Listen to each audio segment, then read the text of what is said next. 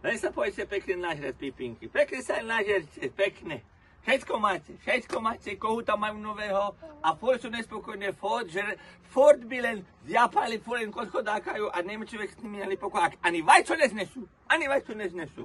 Lebo aj cholesterol je nebezpečný, Však vím, co bol u doktora, začal tak teraz na široké, ako si chodiť za tebe, čo sa stalo, chodíš ako Čaplín. No, že doktor povedal, že sa vajc nesmie ani dotknúť, lebo to má vysoký cholesterol. A teraz tí potraviny s tým vysokým obsahom cukru, jaké to DPHčka majú akože hore, ale my sme pohli rozumom, my sme nakúpili cukru, ešte pokali v tej základnej sadzbe 19% a ja vypekám keksy, pagačiky, všetko toto robím. Kúpila som aj orechy, boli včera na trhu drahé ako hovado 12 €, ale kúpila som za 6 €. Pol kila. No a posolíme, budeme mať také akože jadierka, posolíme a máme slané oriešky. Čipsy, zemiaky nakopem, nasekám, čipsy, zemiaky, surové posolím, máme čipsy. No a tak to budeme.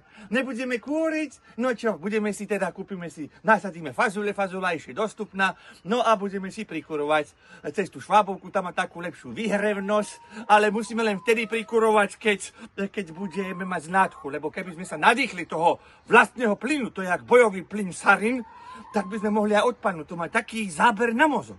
A mozog dneska najviac trpí. A kúriť, budeme teda ako kúriť, svietiť budeme sviečkami, teflonové flašky si nakúpime, horúcej vody si dáme a bude nám sveta žiť. A keď budeme hladní, tak si pustíme smotánku ako minule a budeme sa dívať na tých, ktorí nevedia, čo je to hlad. A sa ma Vinco minule pýtal, Božena, ako sa tam dostať do tej smotánky? Prečo sme aj nenými takí celebrity, takí slávni? Vravím, Vinco môj, to musíš byť úplne iný človek. Ty musíš najprv niekoho zraziť na prechode, musíš zabiť aspoň 30 ľudí, musíš ukázať holú riť, holé prsa, musíš si dať odpísať diplomovú prácu kamarátke a jednoducho musíš ukázať a do celého sveta vykričať, že si idiot.